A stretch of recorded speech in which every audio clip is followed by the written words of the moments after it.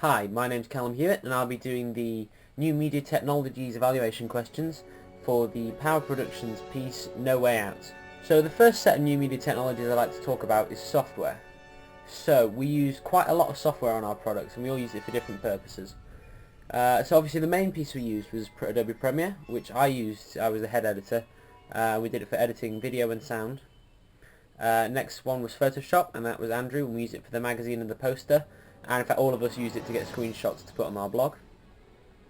I was also in charge of After Effects, so that's muzzle flashes, blur and other adjustments like grain removal.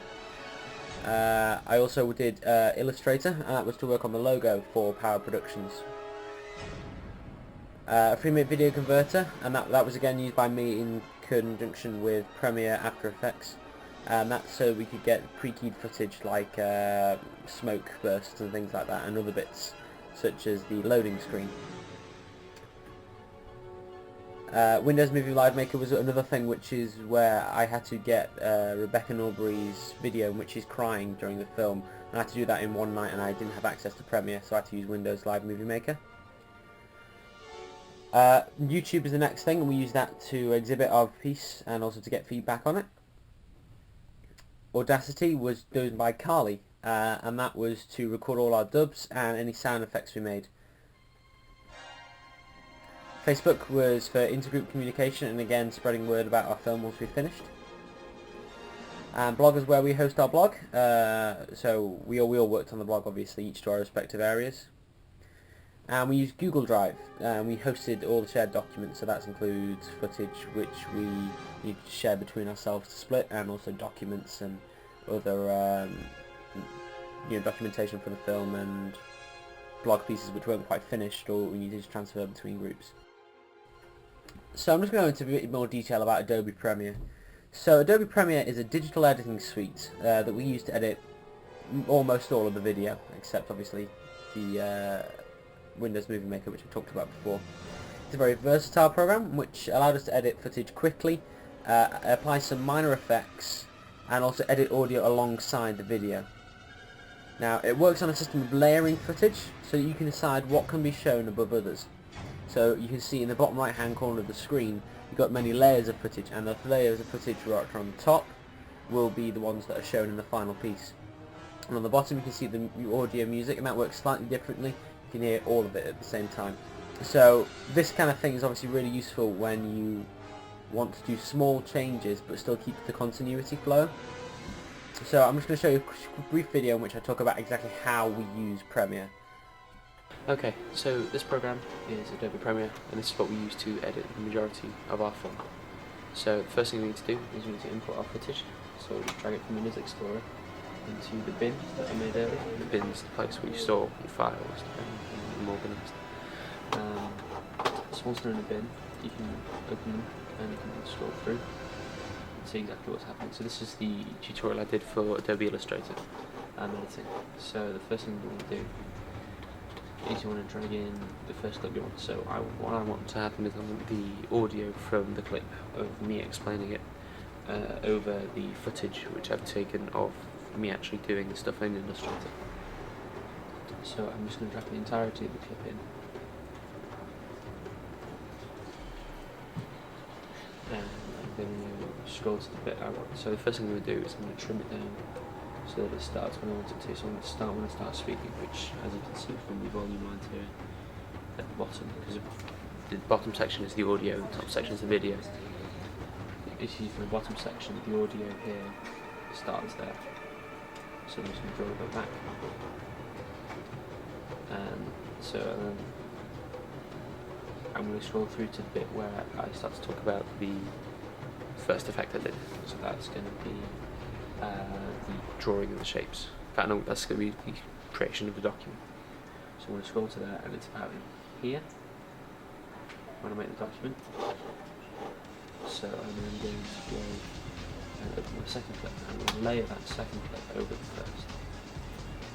In fact, I'm not going to do that. I'm going to instead open it up and scroll through to the part where I create the file.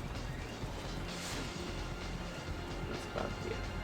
I'm going to mark in and scroll through and then knock out.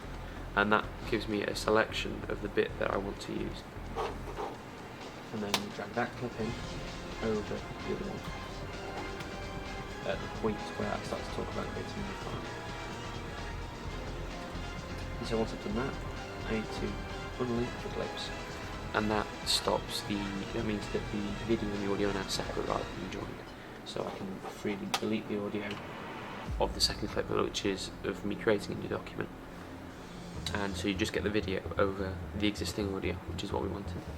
And that is essentially the basics of Adobe Premiere and how it works. It works on a layered system. It's very simple to use. Obviously it works with all the video effects you could ever want. It's a very simple program to use, and I really enjoyed using it. Okay, thank you. The next program I want to talk about is Adobe Photoshop. Now, Photoshop is a digital image manipulation program, and Andrew uses it to produce our magazine spread and our poster. And it works on the principle of layers, as you can see there, similarly to Premiere, and being able to superimpose images on top of one another, as well as adding effects and such like. So I'll let Andrew just show you briefly how Photoshop works. The way Photoshop works is by layering loads of items on top of each other and then blending them all together to make the perfect picture. As you can see, most of the layers are out now. If you put them back in, you can slowly see the magazine article take shape.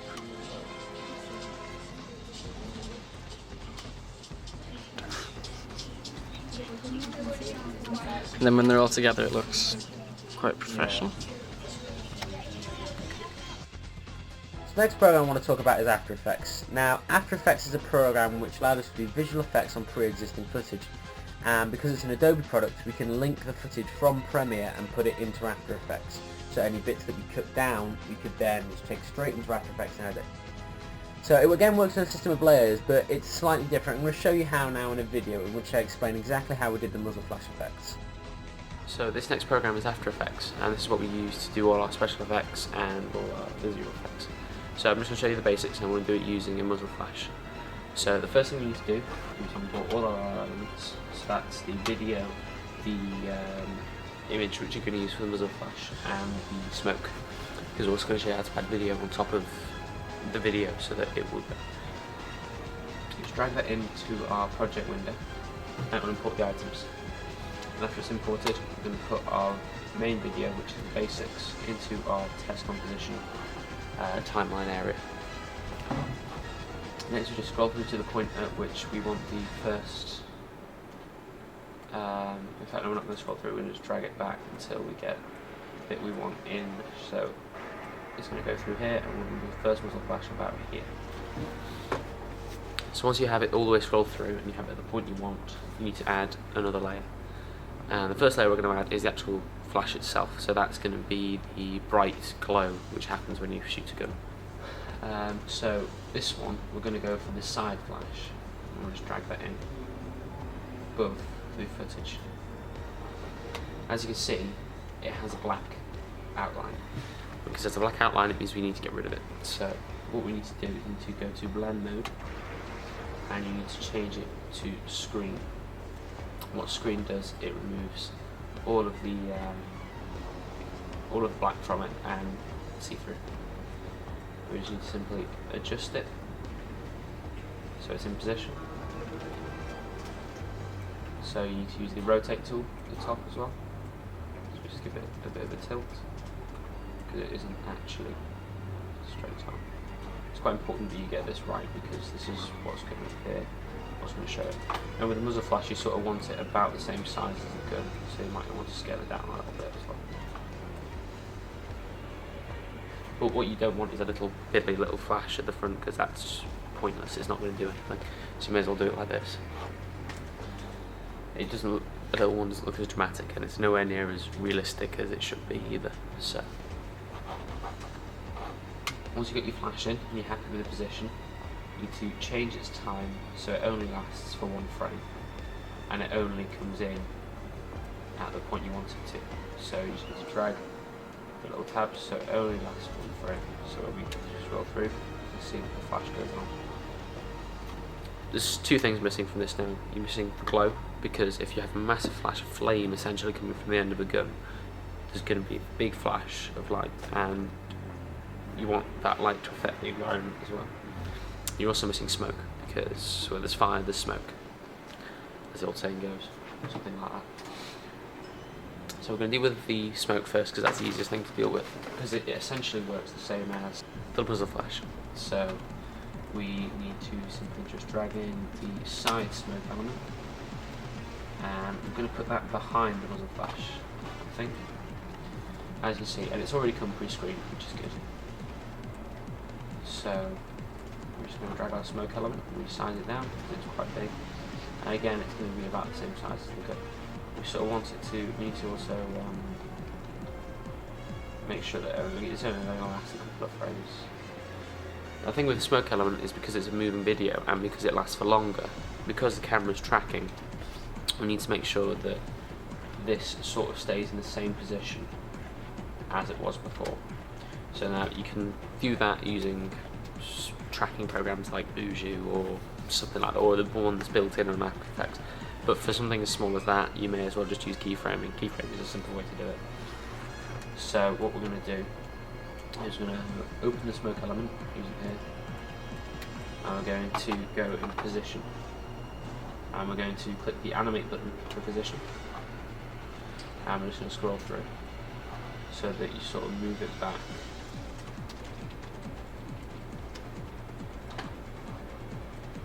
After each frame, so it stays in the same position as it was before.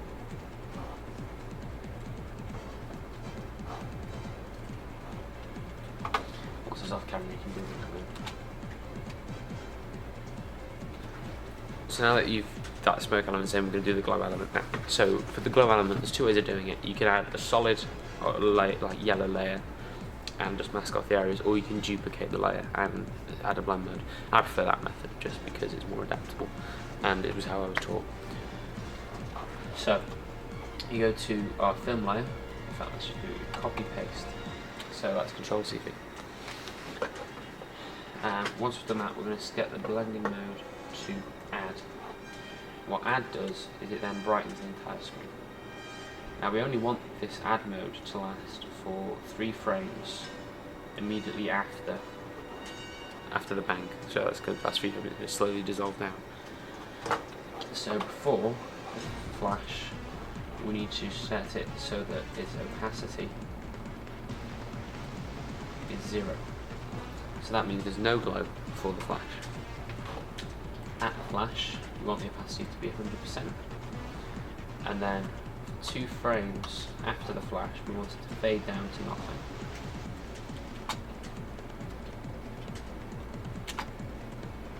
Good. So we now have that. But there's still one issue, and that is that the glow is everywhere. It's all over the scene. So what we need to do is we need to create a mask. And to do that, we need to use the mask tool. So you need to think about very carefully about where the glow is going to be. So it's going to be on the side of the shoulder.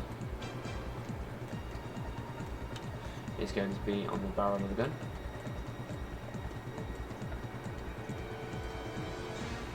It's going to be on the window behind.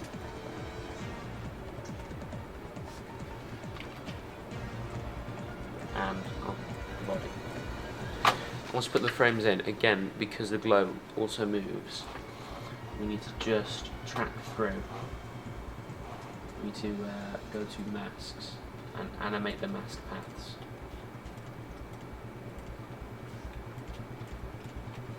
Once you've animated the mask paths, it means that you can change them.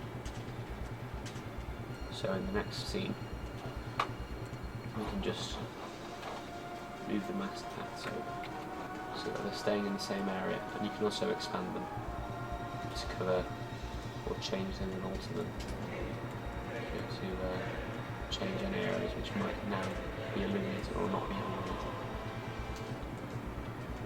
So because his hands moved, as the gun barrels moved in the actual scene, you need to adjust it that way. And then the next one, you need to do it one more time.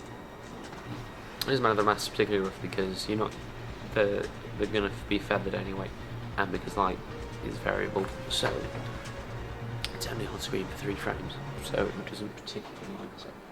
So once you've done that, you just need to go to masks. You can select all of them and do this. And we're going to add a mask feather. And what the mask feather does is it stops it being so harsh lined below. It makes it look a bit more realistic. So we'll take it off. Close comes on. Illuminate the bits we want. And we have a completed sequence. And that's After Effects, and it is essentially similar to Premiere in that you layer footage and you put stuff on top of it, but you're also adding more effects to it. It's a lot more complicated. I had to use a mask to mask out my entire body on a separate layer as blood came up in front of me on one of the latest hits with the blood, and that's when it gets tricky, when you're doing more mass and rotoscoping is what it's called, when you have to move it. Brilliant. Right, thank you very much.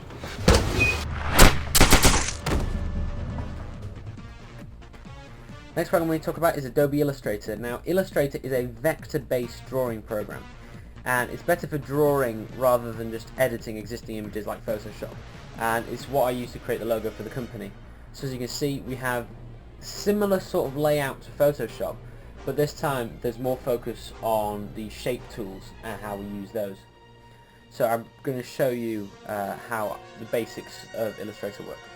So this program is Adobe Illustrator, and this is what we use to create our retro logo for Power Studios.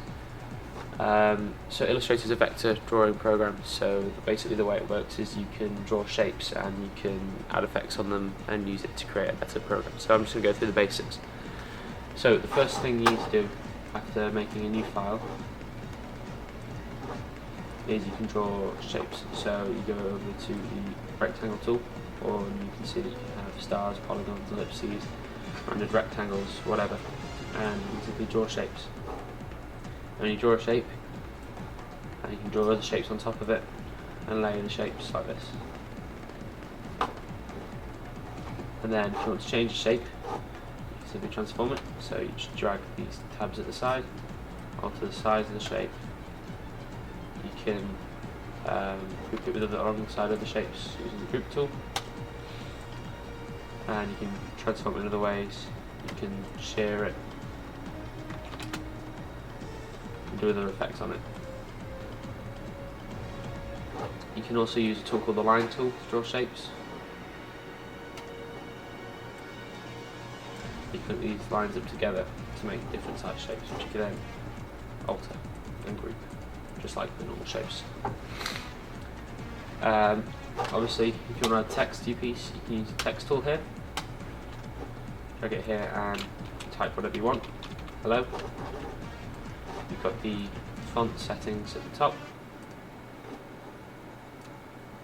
size of the font, what font it is, orientation, paragraph spacing, etc. And finally, if you want to add colour, you've got the fill tool. Using this tool, you can set what colour you want it to. So you've got the foreground colour and the background colour. Choose which shade you want. And you can use all those tools to create a better image. Next program I'm going to talk about is Freemake Video Converter. Now, Freemake's a really useful program which we use whenever we need to download video from YouTube to use in our film. So that's things like stock footage and other things which I use in After Effects. So that's for things like blood splats and smoke puffs. So I'm just going to show you briefly how we downloaded it and the sort of things we had to keep in mind when we were putting the settings in for the download. So this is Freemake, and this is the program which we used to download all the videos we used. So that's all the stuff we use for After Effects and the such like. So it's really easy to use. So when we wanted to download a video from the internet, all we do is copy the web address and click paste all. What that would do, it would put it in here, and then we just need to simply select which video form we wanted. Now, because of the Adobe Premiere thing, it works on presets, so we needed to make sure that we were using the right video for the presets we already had in Adobe, and After Effects because it's linked to Adobe. So that format is MPEG. So we need to make sure we click to MPEG, and then this box comes up, and it comes up output parameters. That's basically what sort of quality we wanted it. So the cameras we use in school are HD 720p, and that's 1280 pixels by 720 pixels. So that's the boring part. So you just click that, and that comes up. You click where you want to save it to. You click convert, and it starts. And so it started downloading, and we'll come back as soon as it's finished. So as you can see, conversion completed, and it was all finished. So that's in. Just click show in folder. Got the video here. Double click. When it's like your intelligence, you know how to double click.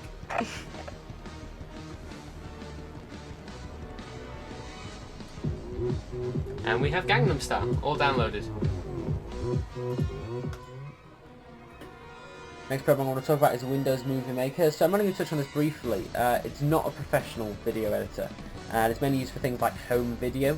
Unlike Premiere, there's only one layer of footage which you have to arrange on a timeline, and the effects you can do are very limited. You can add sepia and things. They're all pre-built in. There's very little customization. However, I did need to use it because I have it installed on my home computer, and because I didn't have access to Premiere and I still needed to get this film done in one evening, I had to use Windows Movie Maker instead. So I'm just going to briefly show you how Windows Movie Maker varies to Premiere and exactly how to use it. So this program is Windows Movie Maker, and it's nowhere near as good as Premiere, but it's what I had to use when I needed to do the one-day turnover thing for the film with Rebecca crying. So I'm just going to show you how to use it dead quickly, really simple, because obviously it's not as complex as Windows Movie Maker. So the first thing to do is get your footage. So here's a folder I prepared earlier. There's just 4 clips from a trip to New York we took with media last year. So you can just add photos and videos and search for them in the folders, but it's far simpler just to drag them in from the actual Windows Explorer. Start importing all that footage, and it'll put it automatically into your timeline. That's one of the annoying things with Movie Maker, is that you don't have a media bin to just store everything in. Everything you put in has to be used, and it's what's going to be in the final project. So just a few tools to use in Windows Movie Maker. Just go to Video Tools, and you can split videos at certain points. So here's what's actually being shown, and if you wanted to just trim it, you can use the trim tool. And for that clip, you can set when you want it to come in, when you want it to come out. So say I wanted it to come in around here, and go out around, say here. Save trim, and clips are shortened. And as well, if you want to say move this clip inside this clip, just click split, and the clip will split into 2 different clips. And then just drag this one in, put it in between. Job's a good one. Once you're finished, you just go to Home, Save Movie, for computer, call it My Movie, save the movie, export it, everything you want, all done. And that's Windows Movie Maker. So obviously it's not as flexible as Premiere, but it is what it is, and it did the job on the day. Thank you. Now the next program I want to talk about is actually a website, and that's YouTube. Now YouTube is where we exhibited our final piece, and you can see our Power Studios 2012 YouTube channel.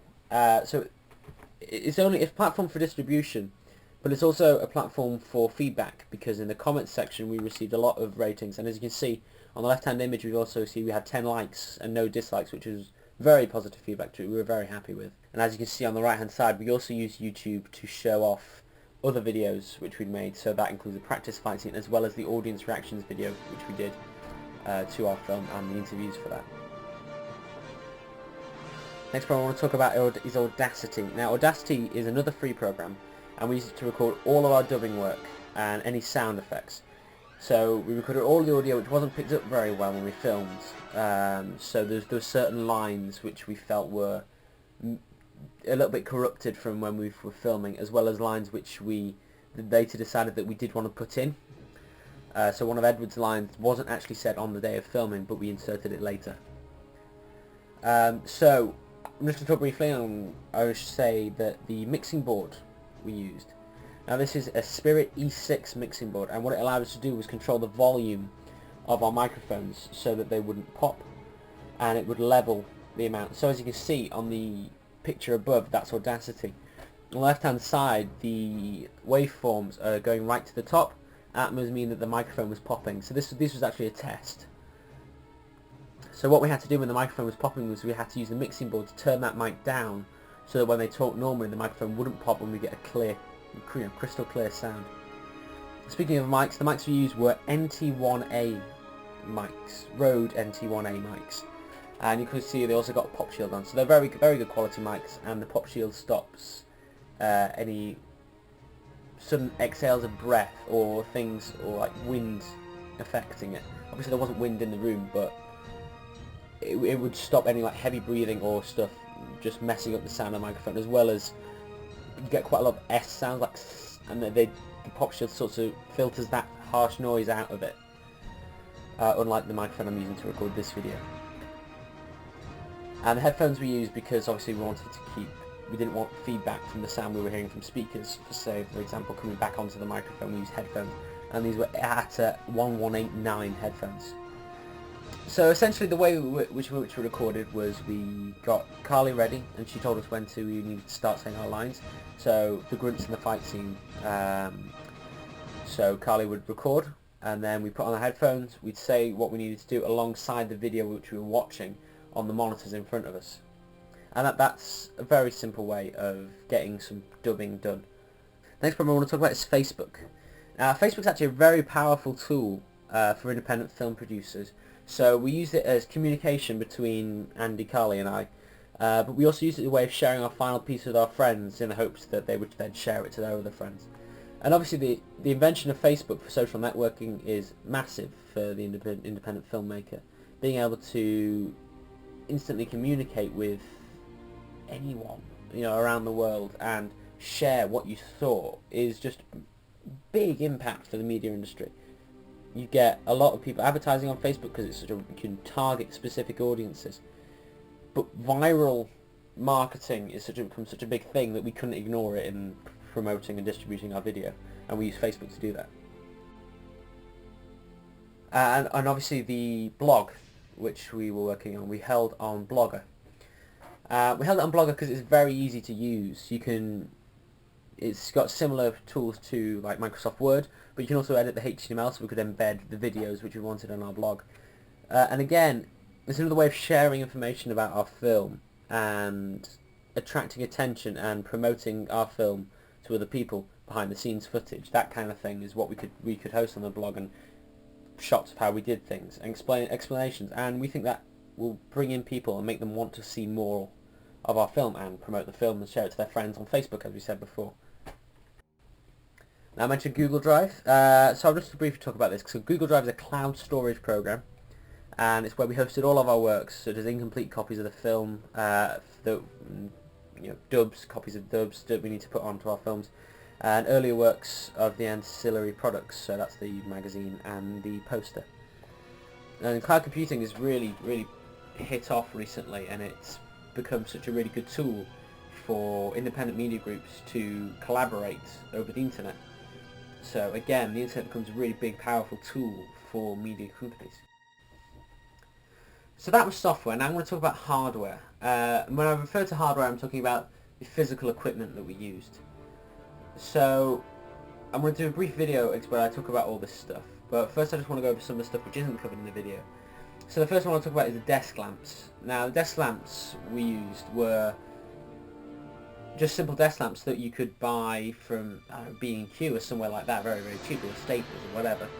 And we found them really good because they were directional, and you could also remove shadows for a 3-point lighting system to give a smooth background that looked almost natural, despite having 3 lights trained on you. But the way we used it was for shadow accentuation, and we felt the shadows really gave a lot of drama to the piece.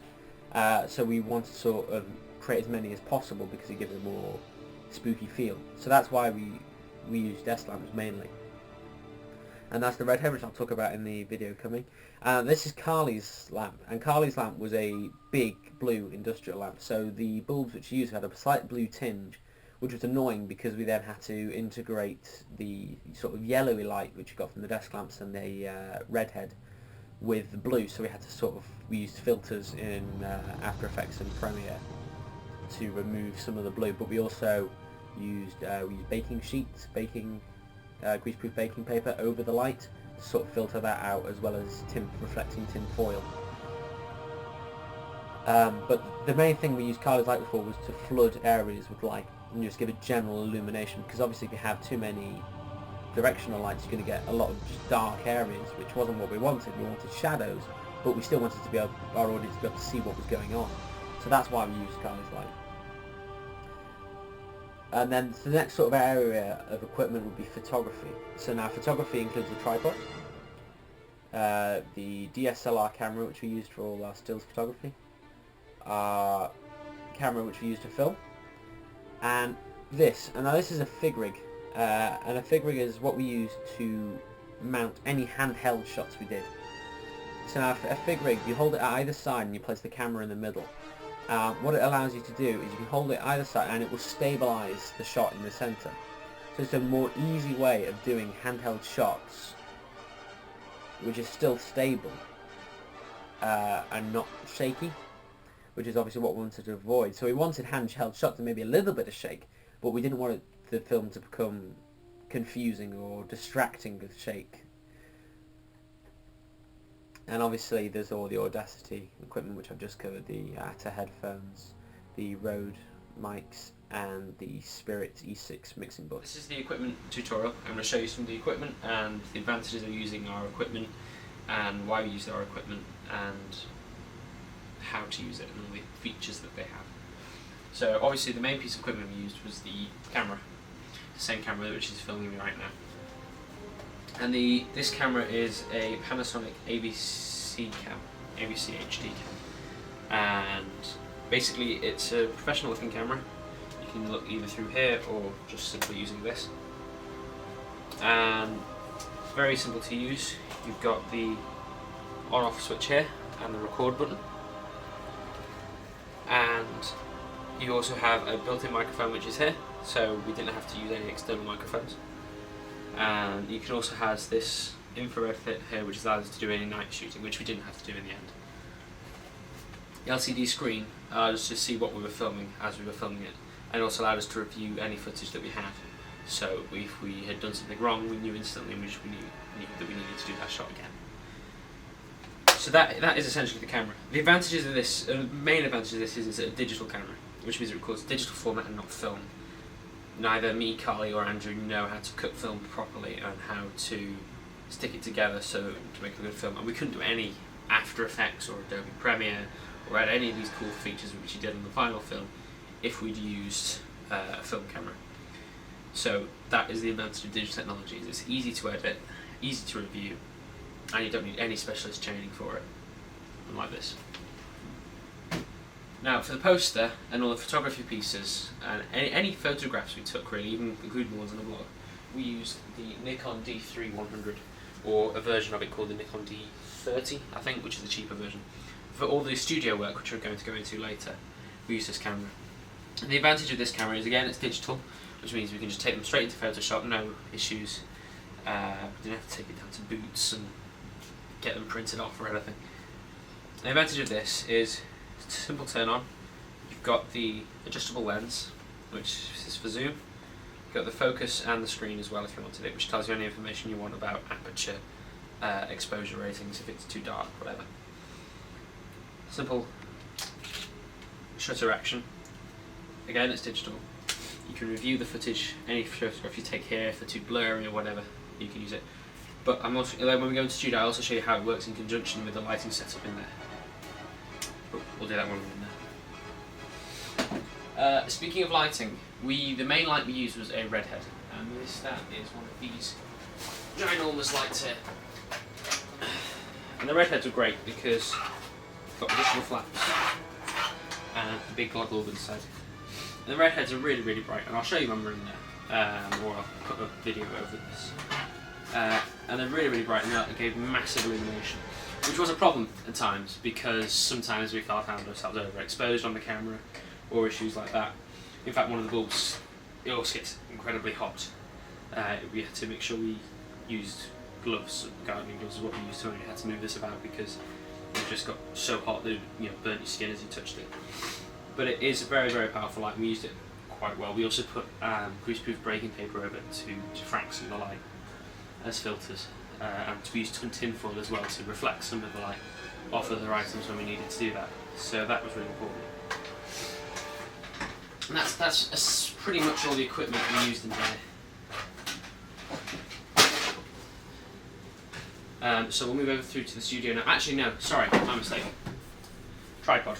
This was the other piece of equipment used. The tripod comes in two bits. So you've got this bit, which you can fasten onto the bottom of the camera here. You screw it in. And that means that the camera will then stick to the tripod. And the advantage of the tripod, even though it's missing one here, is that you can tilt the top, and filter it up and down with the handle that's supposed to be here. You can also extend the legs so that it's higher. And this basically gives you a really stable shot. And that's the advantage of the tripod, is that it gives you a very, very stable shot, which you can pan and tilt however you please, and it's just very, very easy to do. I also used a fig rig, which I made myself, and that fig rig allows you to hold the camera here, but the camera sits in the middle. I don't have it in college with me, unfortunately, today, so it won't be in the tutorial, but there is a section on the blog which you can read about the fig rig, so you should just search for that. So we'll move through to the studio now. So, this is the photography and film studio, and this is very, very cool. I really like this film studio. We've got another red head here, which I'll show you how we use it now and how powerful it is. With this one. So, red head, big beam of light, very powerful. It's probably overexposed the camera just then. And this is how we used it. We direct it. We didn't have a standards on the shoot, so we just had to direct it manually. But it provided a very, very powerful light, particularly in that dark warehouse. And that's how we did that.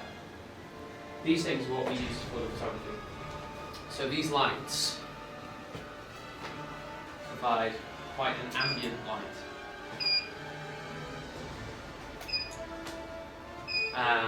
Which is natural, and when we turn the main lights off, it provides a good light and a basis, and also lets the camera focus.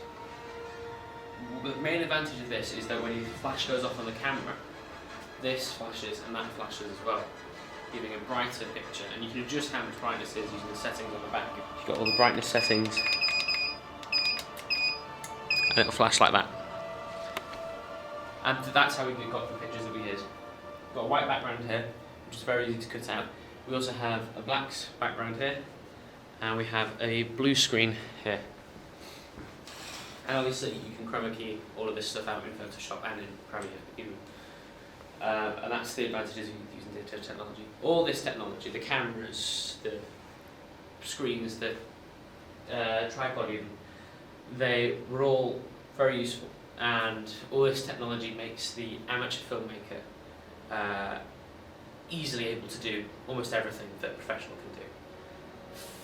If you go to Hollywood, some of them still work in film because they think it's better, but digital technology is sort of approaching that rate at which you can get really high quality cinema quality images in 4K resolution even, or red scarlets and stuff like that.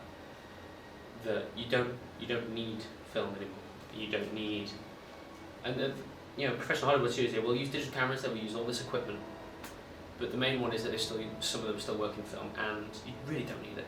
You just got the digital cameras, and it's much cheaper, much easier. It allows the amateur filmmaker to go make videos on YouTube, Corridor Digital, Freddie Wong, all this kind of stuff. And you don't need professional equipment to do a professional job, and that's what we discovered as we were doing all this. So I'd just like to talk about a few conclusions which we've come to after doing all our media production, particularly about new media technologies. So the first thing I'd like to cover is, as I've said before, that new media technologies are making production easier for independent media companies. Having digital editing software suites which you can store on one computer instead of an entire room mean that YouTuber channels and independent producers and arty filmmakers can do it cheaply. They can make things that only massive multimedia conglomerates could make before in exactly the same quality but for much cheaper. because new media technology has advanced so much. So obviously it was very good for us as students who couldn't really afford very much technology. Obviously the school could afford to provide the technology for us, but it couldn't provide a huge TV studio or 50 crew members or highly paid actors like, I don't know, Leonardo DiCaprio to come and work for us, whereas a massive conglomerate would do. But we were still able to produce something because of new media technology. And I'd like to come on the idea of prosumers. Now, typically media production has been split between the producers and the consumers. So that's the conglomerates and the media companies and the customer. And what's happened over the evolution of the internet is that you get a lot of people who have become prosumers. So that is, they will both produce and consume media products. So you'll get YouTube channels like Freddie Wong, or you'll get vloggers, or you'll get other people on the internet who will produce media products, who will produce media films, who will produce artwork on Imager and other websites like that, and give it out into the world because they can, due to new media technologies.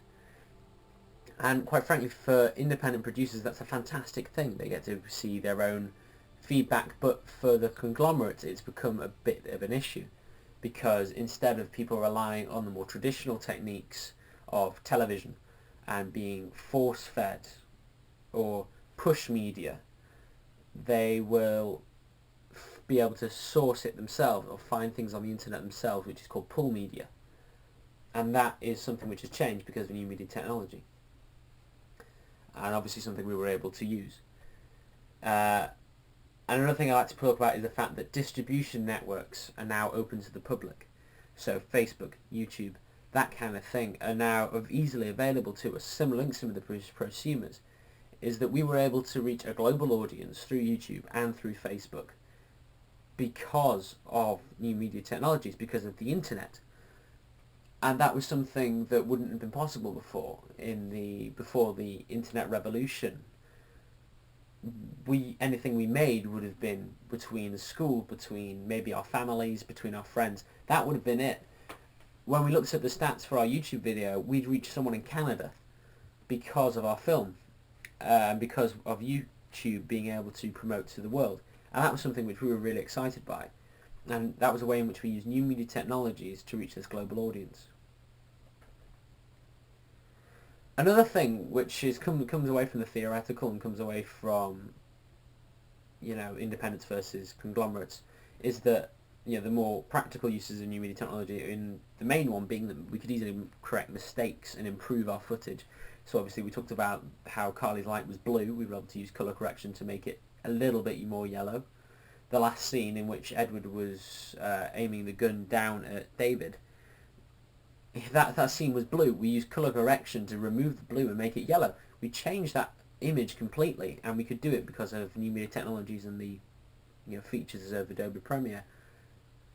And obviously there was some camera stabilization techniques which we used for the car shots because they were originally quite shaky, but using the camera stabilization filters in After Effects we were able to make a much better shot. And obviously the main one being is the fact that we could edit at all, that we could cut our scene together and we didn't have to do it all in one take. We could easily correct any mistakes. We could take clips out, put clips in, and there was no issues. And another use of new media technology which we touched on is this idea of Web 2.0, which is interactivity with the internet and being able to upload. So it links up with prosumers, links up with distribution networks, and also links up with this idea that there can be a dialogue between the producer and the consumer. We looked at all the comments that we got on our YouTube video and all the comments we got on Facebook, and we looked at them and we took what we saw and we read it and we gave feedback. We respond to comments quite often. I actually interviewed a few people over the internet about our film to see what we should have improved, or what we could have improved, or what we ought to have changed, and that was really good to see. It felt like we were getting a lot of feedback from the internet, from new media technologies. So thank you very much for watching this video. I know it may have been a while. This video has probably come in over half an hour now, But thank you very much for watching, and obviously if you'd like to leave any questions on our YouTube video, I'll happily answer them. I really don't mind. I really like seeing people leave videos and leave comments and responses to our video, because it makes me feel like we have reached a global audience, which we have through YouTube, which, as I mentioned before, Web 2.0, Pull Media, that kind of thing, and it makes me really, really happy to see that. So thank you very much for watching, and I hope you enjoyed our film. Thank you.